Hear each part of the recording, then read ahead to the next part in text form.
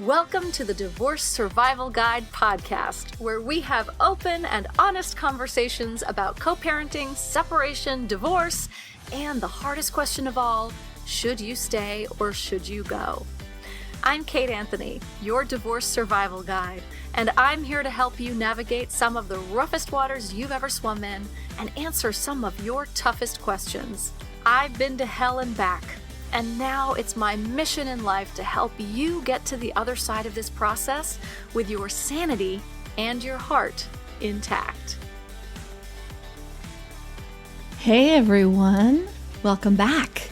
Happy July. Is everybody sweltering? Yeah, we are here in California. Listen, I've been sort of telling you that I have a bunch of new and fun stuff coming up for the podcast, and we're kicking it off this month. One of the things that I told you when I closed down my Facebook group was that I wanted to look at where I was going to really needed to be spending my time and energy. And the thing that rose to the top for me was with the podcast.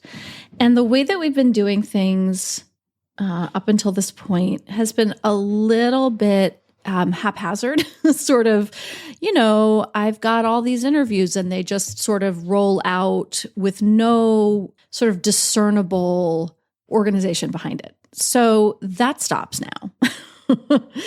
That changes now. So now what I'm going to be doing is each month, I'm going to be rolling out a series of episodes on a particular topic. So for example, in August, I'm going to be doing a whole series on neurodivergence in relationships. In September, we're going to be doing a whole series on women and money. You get the idea. And I'm kicking it off this month with an in-depth look at the 7-step mindset reset that I have created.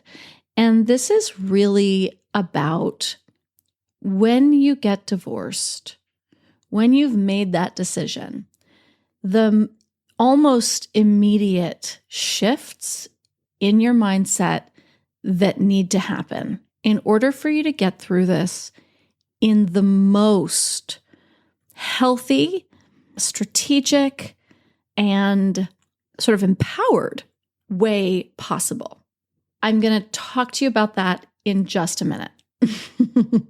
I'm introducing that whole concept in a few minutes. But the main thing that I want you to know is that I'm with this new editorial calendar and intentionality with the podcast. I want to invite you, even if you feel like, oh, well, this is not something that necessarily applies to me. I want to invite you to stick with it and listen in anyway, because while it may not seem like neurodivergence in relationships is something that you have to deal with or is, in your wheelhouse right now. I mean, if it's not, like, what? I always feel like, we talk about neurodivergence and neurotypical, and I feel like those are terrible words because I feel like neurotypicality, if that's a word, is far less common than neurodivergence. But anyway, diverging from what? So, but if you feel like that's not necessarily something that's going to, speak to you and where you're at right now, hold on. Check it out, because it just might surprise you. I'm also going to have Zon back on for that, so that's always fun, as well as a friend of mine and a colleague who was diagnosed with autism in adult life, like in the last 5 years, I think, and how that's completely shifted how she sort of functions in the world and her marriage. So these are the conversations that I think are going to be really important, that I really want you to tune in for, whether you feel like it applies to you now or not, right? We are on a learning and growing and growth journey all together. With each of these series, what I'm going to be doing is probably doing a solo episode at the beginning of each month to kick it off and talk about my experience with these things, things that I've had to learn or whatever. So I'm going to be doing a lot more solo episodes, which I'm kind of excited about. I feel like sometimes you guys respond when I do a solo episode because I don't know, maybe some of you are actually tuning in for me. I don't know. I have amazing guests, but this is my show. So maybe you like hearing from me. So I'm going to do that a little bit more often. If you hate it, sorry. All right. I think those are all the things. You also may have noticed that I have a few more ads running on my podcast these days. This is how I monetize this. Advertising, as you know, is one of the ways that I can support my show, so that I can support myself, so that I can do the show. Sometimes people get a little twitchy about advertising in podcasts, and I get it, right? You're turning in to listen to the show. You don't want to listen to ads. Like, I get it. And I want you to know a couple of things. Number one, I will never advertise something that I don't stand behind. Literally will never advertise something to you that I don't feel or know applies to you, right? I'm not going to do something that doesn't apply to you. You know, I'm very careful and cautious with who I accept as a sponsor of my show for obvious reasons, because I love you and I respect you, and I'm not going to basically sell out, for that. That's not what I'm here for. I mean, yes, I need to make money. The only way this podcast happens is if I'm making money in my business, and the advertising revenue is one way that I do that. And I am doing it in a way that is in line with my integrity and values in my business, which I hope by this point you trust. That is the other change that has already been rolling out, and you've probably heard. So I just wanted to address it in case it, had become some form of elephant in your room. So, all righty. So now I'm going to shift. I am going to shift quickly. And you know what? Before I do that, we are going to hear from one of those sponsors that I just mentioned. And then I'm going to come back and I'm going to talk to you about my 7-step mindset reset.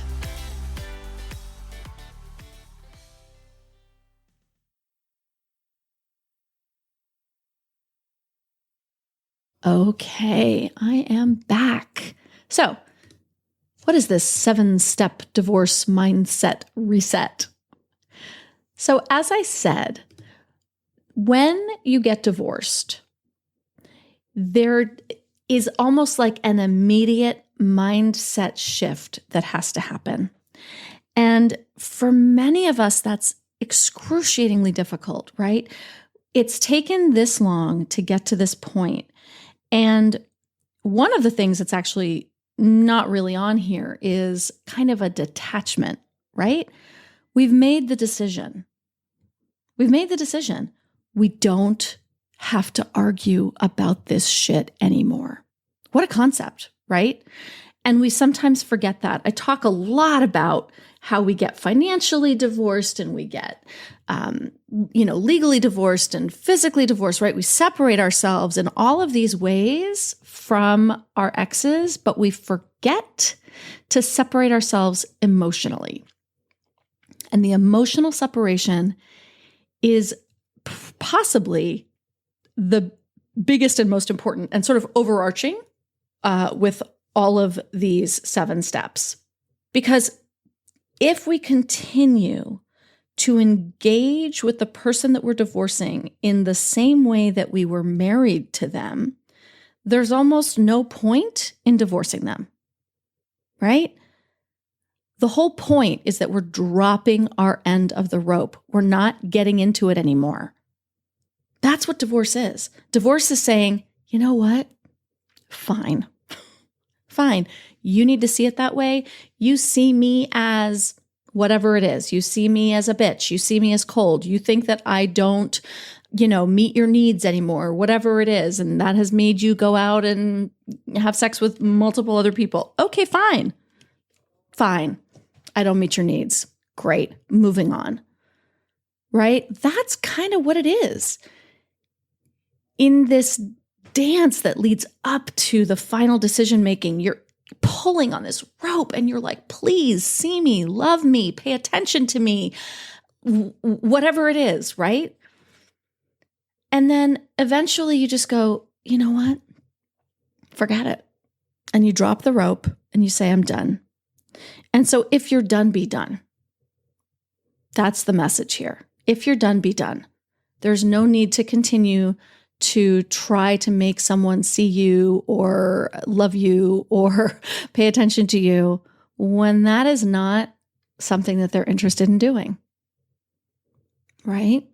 Divorcing yourself emotionally from whatever the dance is in your relationship is the most important overarching step that you can take. So here's what I'm going to do. Over the course of the next, I'm actually putting out 2 episodes a week this month. They're going to be short. They're going to be concise. And each one, we've got this introduction, and then I am going to break down each of the 7 steps in a solo episode.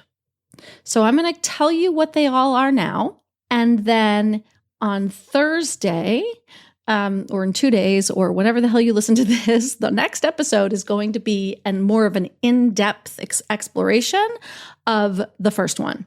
And then I'm going to do 2 a week until we're through all 7. I'm going to just read them out to you so you know what they are as we're moving forward. So the first step, and by the way, these are in no order. They are not in any particular order. These are just things that we need to go through in order to reset our mindset for divorce. So the first, which is not the first, is creating a vision statement. And I'll talk more in depth about this in the next episode, but it really is about tapping into your highest self and knowing what it is that you want to create for your divorce. And if you can invite your partner, your ex-partner, your soon-to-be ex, along with creating this vision, that's amazing. And this is not the conversation to have 5 minutes after telling them that you want a divorce, right? But creating a vision statement for how you want this to go is a really important step. The next step is practicing patience. It's an absolute truth that even the most amicable of divorces can be long and arduous processes.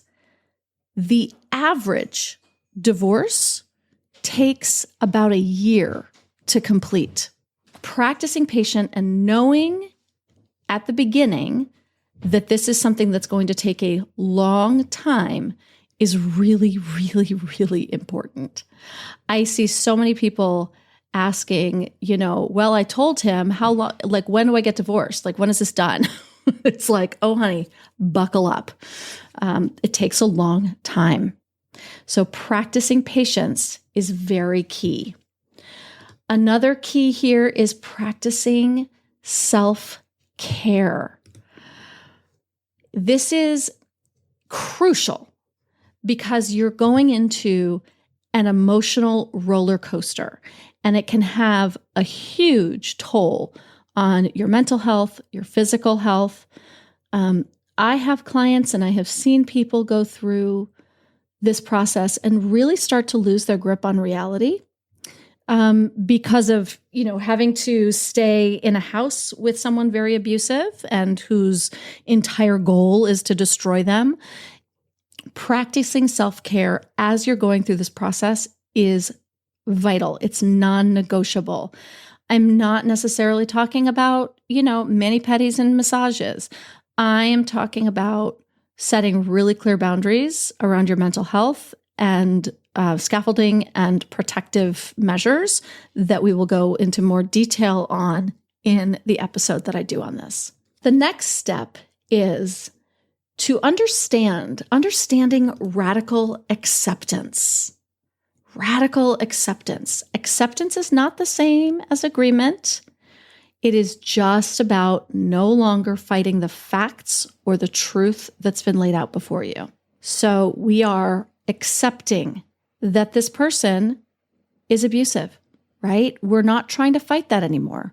We're not trying to convince them not to cheat on us. We are accepting the fact that this person is a cheater.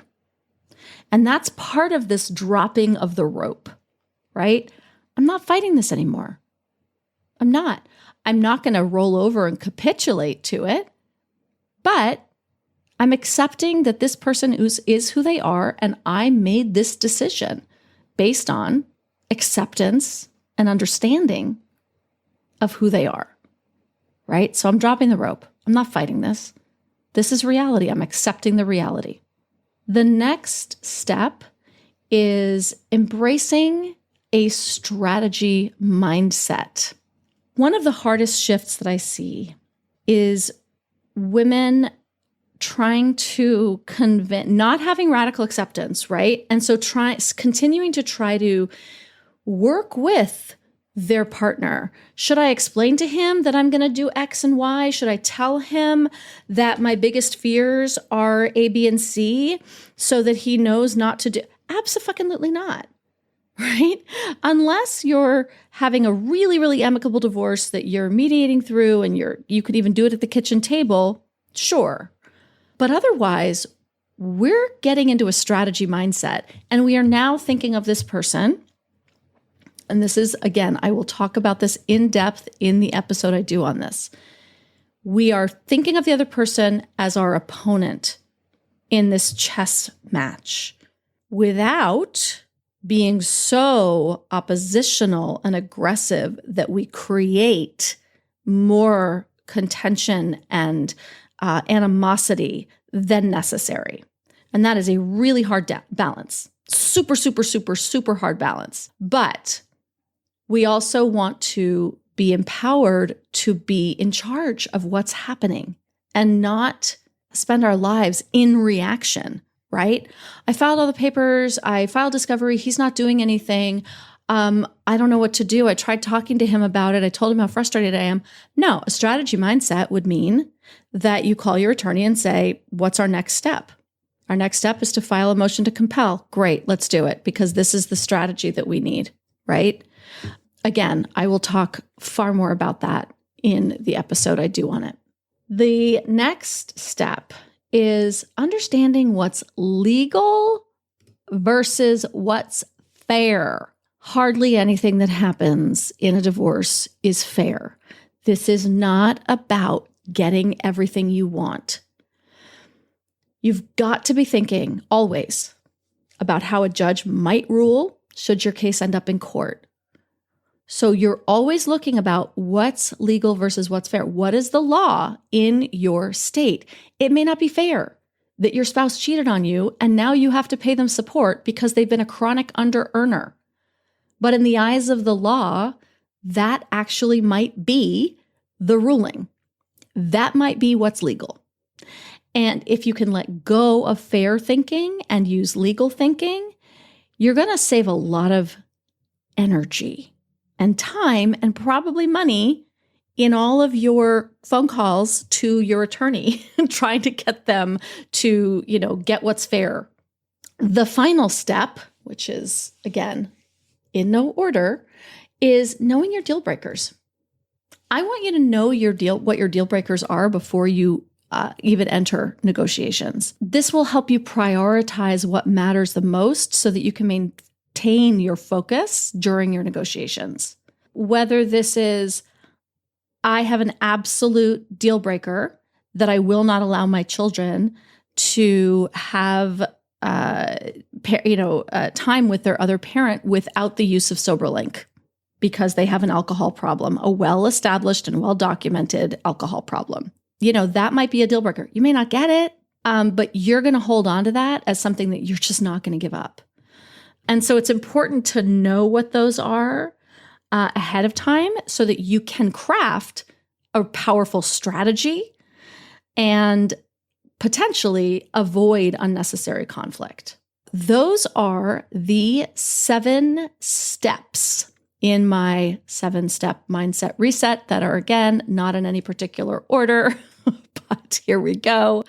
In the next episode, in just 2 days, if you're listening on the day that this drops, I will be going into more detail on how to create a vision statement in order to facilitate a clearer and possibly more amicable divorce. I will talk to you soon. Thanks for tuning in to another episode of the Divorce Survival Guide podcast. If you like what you hear, head on over to Apple Podcasts or wherever you listen in and leave me a review. And don't forget to follow me on Instagram at the Divorce Survival Guide. I'll see you next time, and until then, remember, you, my love, deserve to be happy.